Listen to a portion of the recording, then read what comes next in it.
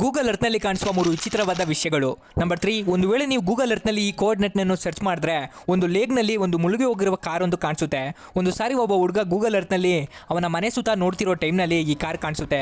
ತಕ್ಷಣ ಆ ಹುಡುಗ ಪೊಲೀಸರಿಗೆ ಇನ್ಫಾರ್ಮ್ ಮಾಡ್ತಾನೆ. ಅದನ್ನು ಆಚೆಗಡೆ ತೆಗಿತಾರೆ. ಅದರ ಒಳಗಡೆ ಒಂದು ಸ್ಕೆಲಿಟನ್ ಒಂದು ಕಾಣಿಸುತ್ತೆ. ಅದು ಯಾರು ಅಂತ ರಿಸರ್ಚ್ ಮಾಡಿದಾಗ ಗೊತ್ತಾಗಿದ್ದು ಏನು ಅಂದ್ರೆ ಆ ಸ್ಕೆಲಿಟನ್ ವಿಲಿಯಂ ಮೋಲ್ಟ್ ಅನ್ನೋ ಒಬ್ಬ ವ್ಯಕ್ತಿದು. ಸುಮಾರು 22 ವರ್ಷಗಳ ಹಿಂದೆ ತಪ್ಪಿಸಿಕೊಂಡ ಈ ವ್ಯಕ್ತಿ ಮಿಸ್ಟರಿಯನ್ನು ಗೂಗಲ್ ಅರ್ತ್ ಸಾಲ್ವ್ ಮಾಡಿತು. ನಂಬರ್ 2, ಒಂದು ವೇಳೆ ನೀವು ಈ ಕೋಆರ್ಡಿನೇಟ್ನನ್ನು ಸರ್ಚ್ ಮಾಡಿದ್ರೆ ನಿಮಗೆ ಹಲವು ವಿಧಗಳ ತುಂಬಾ ರೀತಿಯಾದ ಪ್ಲೇನ್ಸ್ಗಳಿರುವ ಈ ಪ್ಲೇಸ್ ಕಾಣಿಸುತ್ತೆ. ಇಲ್ಲಿ ನಿಮಗೆ cargos, jet, fighter, aircraft, Boeing, military jet ಹೀಗೆ ಇನ್ನೂ ತುಂಬಾ 106 ರೀತಿಯಾದ ಪ್ಲೇನ್ಸ್ಗಳು ಕಾಣಿಸುತ್ತೆ.